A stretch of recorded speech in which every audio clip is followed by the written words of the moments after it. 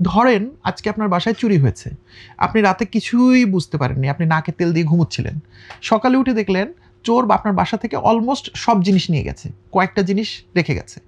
আগামীকাল রাতে যখন আপনি ঘুমাতে যাবেন বা আজকে রাতে যখন আপনি ঘুমাতে যাবেন, আপনি কি দরজা খুলে দিয়ে ঘুমাবেন যাতে চোর ওই বাকি ৩টা জিনিসও নিয়ে যায়? মোটেই না।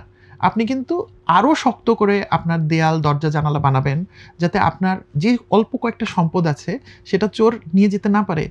আপনার জীবনের ক্ষেত্রেও এই সহজ কথাটাই প্রযোজ্য। আপনার জীবন কেমনভাবে কাটিয়ে ফেলেছেন, আপনার জীবনে কী, কী হারিয়ে গেছে সেটা নিয়ে ভেবে খুব বেশি লাভ নাই।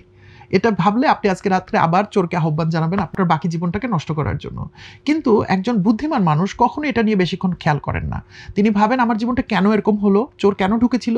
তার রুট কজটা উনি খুঁজে বের করে ফেলেন এবং সেটা শক্ত দরজা জানালা দিয়ে, লোহার গরদ দিয়ে উনি বন্ধ করে দেন, যাতে আজকের পর থেকে আপনার জীবনে আর কোনো চুরি না হয়।